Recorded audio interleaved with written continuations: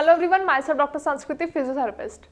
आज हम अपनी वीडियो में बात करेंगे कि जनरली पैरालिसिस की रिकवरी में ऐसी कौन सी 2 बेस्ट थेरेपीज हैं जो पैरालिसिस रिकवरी में हेल्प करती हैं, सपोर्ट करती हैं और हमें इससे रिकवरी बहुत जल्दी देखने को मिलती है।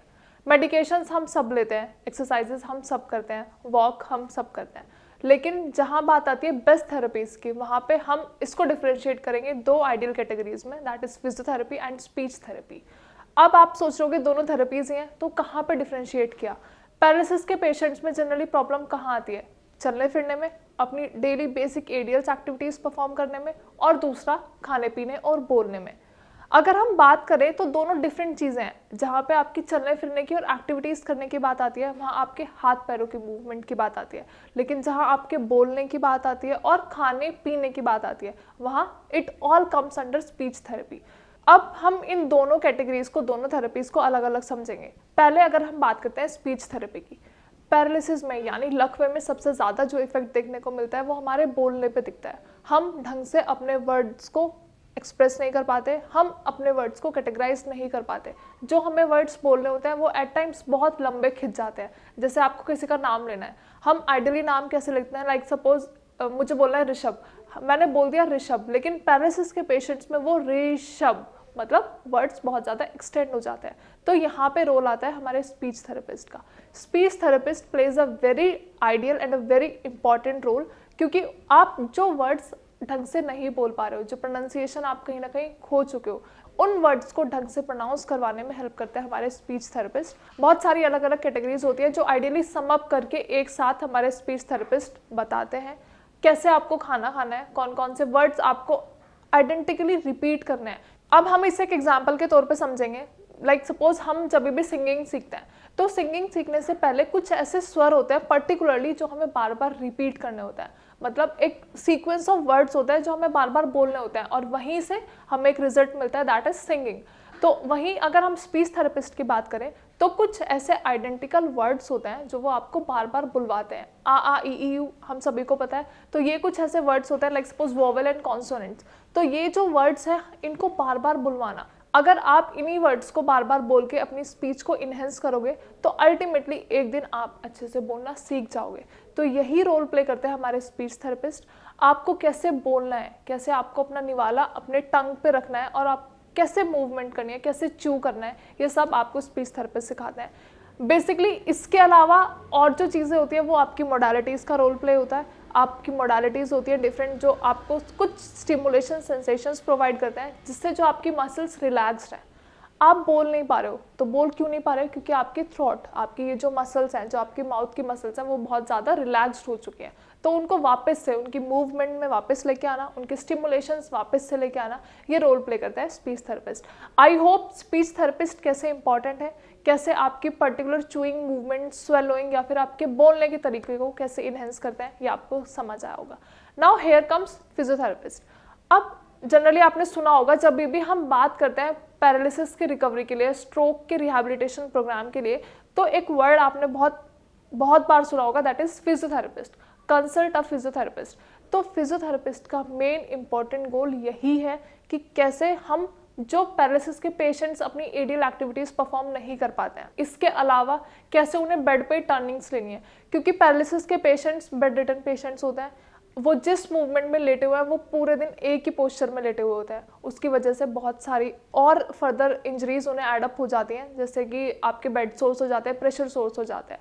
तो वहाँ पे भी फिजियोथेरेपिस्ट एक बहुत ही अच्छा रोल प्ले करते हैं, क्योंकि उन्हें पोजीशनिंग सिखानी होती है।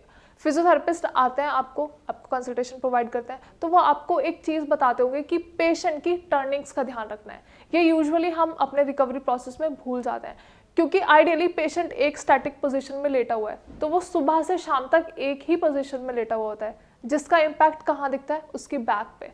पैरालिसिस पेशेंट्स को बहुत ज़्यादा जख्म हो जाता है उनकी बैक पे, क्योंकि हमारी बैक मसल्स हमारे बेड पे बार बार कंप्रेस होती रहती हैं और वो एक ही जगह होती है जो बार बार हमारे बेड पे प्रेशराइज होती रहती है। उसकी वजह से वहाँ पे प्रेशर सोर्स बनने स्टार्ट हो जाते हैं, जख्म बनने स्टार्ट हो जाते हैं। ऑलरेडी पैरालिसिस के पेशेंट्स अपनी एक्टिविटी परफॉर्म नहीं कर पाते, और क्योंकि प्रेशर सोर्स होने के बाद वहाँ पे उन्हें इन्फ्लामेशन होना स्टार्ट हो जाता है, इंजरी होनी स्टार्ट हो जाती है, इचिंग होती है, उन्हें बार बार वहाँ पे रब करने का मन करता है, खुजाने का मन करता है, और एट टाइम्स वहाँ से ब्लीडिंग भी होना स्टार्ट हो जाती है। अब आप खुद रिलेट करो, पैरालिसिस के पेशेंट पूरे टाइम लेटे हुए हैं, साथ में अपनी एक्टिविटीज़ नहीं परफॉर्म कर पा रहे हैं, कोई मूवमेंट परफॉर्म नहीं कर पा रहे हैं, उठ नहीं पा रहे हैं अपनी जगह से, और उसके साथ साथ उन्हें एक इंजरी भी हो गई है, दैट इज़ प्रेशर सोर्स। तो बहुत ज़्यादा क्रिटिकल सिचुएशन हो जाती है, पेशेंट्स बहुत ज़्यादा फ्रम्पी हो जाते हैं, बहुत ज़्यादा इरिटेटेड हो जाते हैं इस चीज़ से, क्योंकि पैरालिसिस के पेशेंट्स को डीप इनसाइड पता होता है कि वो अपनी एक्टिविटीज़ अब अच्छे से परफॉर्म नहीं कर पाएंगे। ये अपने दिमाग में एक कांस्टेंट थॉट उनका हो जाता है कि मुझे पैरालिसिस हो गया है, अब मैं अपनी कोई एक्टिविटी परफॉर्म नहीं कर पाऊंगा। तो सबसे पहले आपको अपने दिमाग से यही निकालना है कि पैरालिसिस कोई बहुत बड़ी बीमारी नहीं है। आप अगर रिकवरी चाहते हो तो आपको इनिशिएटिव लेना पड़ेगा। आपके थेरेपिस्ट आपके पास आते हैं और आप बहुत बार एक्सरसाइजेस परफॉर्म करवाने से मना कर देते हो, तो ये बहुत अच्छी बात नहीं है, क्योंकि आप खुद से एक्टिवली एक्सरसाइज परफॉर्म नहीं कर पाते हो। तो यहाँ पे आता है रोल फिजियोथेरेपिस्ट का। Physiotherapist passively assisted movement perform करवाता है। जो मूवमेंट्स आप खुद से परफॉर्म नहीं कर पा रहे हो वो आपके थेरेपिस्ट आपको पैसिवली मूवमेंट्स करवाते हैं। तो इसी वजह से कहा जाता है डू कंसल्ट अ फिजियोथेरेपिस्ट, क्योंकि जितनी भी आपकी फ्लेक्सिबिलिटी एक्सरसाइजेज होती हैं, मोबिलिटी एक्सरसाइजेज होती हैं, या फिर आपका रिहैबिलिटेशन प्रोग्राम होता है, या फिर आपका गेट पैटर्न होता है जो आप चल नहीं पाते। हम जब भी पैरालिसिस पेशेंट्स को इनिशियली चलवाते हैं तो वो अपना पंजा पूरी तरीके से ज़मीन पर नहीं रख पाते, या फिर अगर समहाउ कुछ अगर उनकी रिकवरी बहुत अच्छी हो चुकी होती है या फिर कुछ ग्रेजुअल हो चुका होता है, तो वो एक पैर अगर यहाँ रखेंगे तो दूसरा पैर वहाँ रखेंगे। तो इसे हम कहते हैं गेट पैटर्न में चेंजेस आना, गेट पैटर्न में डिस्ट्रक्शन आना। तो यही काम होता है फिजियोथेरेपिस्ट का। आइडियली उन्हें कैसे आइडियल वॉक देनी है, उन्हें कौन कौन से एक्सरसाइजेस परफॉर्म करनी है, कौन से उन्हें पोस्चर्स लेने हैं। पोस्चर्स इन द सेंस हम बैठे हैं, हम एक ही जगह पे बैठे हैं। अब पैरालिसिस पेशेंट्स में इतनी ज़्यादा पेशेंस नहीं होती है कि वो एक कंसिस्टेंट पोजीशन में बैठे रहें, तो उसके लिए बहुत ज़रूरी है आपके पिलो प्लेसमेंट करने। Like suppose I am sitting here, अभी मैं यहाँ पे बैठी हूँ, मुझे कोई प्रॉब्लम नहीं है, आई एम सिटिंग स्ट्रेट, लेकिन जो पैरालिसिस के पेशेंट है वो या तो इधर गिरेंगे या फिर इधर गिरेंगे, या फिर एट टाइम्स वो आगे की तरफ भी झुक जाते हैं। तो आपको ध्यान ये रखना है कि साथ में पिलो प्लेसमेंट होनी चाहिए, दोनों साइड्स में भी, बैक में भी, और आगे भी कुछ ऐसा स्टूल या फिर चेयर टाइप या फिर टेबल रखा होना चाहिए जिससे पेशेंट आगे की तरफ ड्रूप ना हो। तो ये सारी चीज़ों का ध्यान रखते हैं आपके फिजियोथेरेपिस्ट। एल्स इसके साथ साथ आपको कौन सी एक्सरसाइजेस परफॉर्म करनी है, कितने रेपिटेशंस परफॉर्म करना है, और कौन सी पर्टिकुलर एक्सरसाइजेस परफॉर्म नहीं करनी।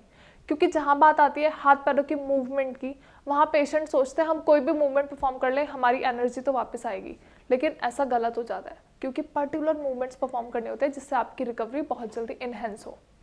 आई होप आपको वीडियो में सब कुछ समझ आया होगा, कौन कौन सी पर्टिकुलर चीज़ें हैं जो एक स्पीच थेरेपिस्ट कन्फ्रंट करते हैं और कौन कौन सी ऐसी चीज़ें हैं जो एक फिजियोथेरेपिस्ट अपने रिकवरी में कन्फ्रंट करते हैं।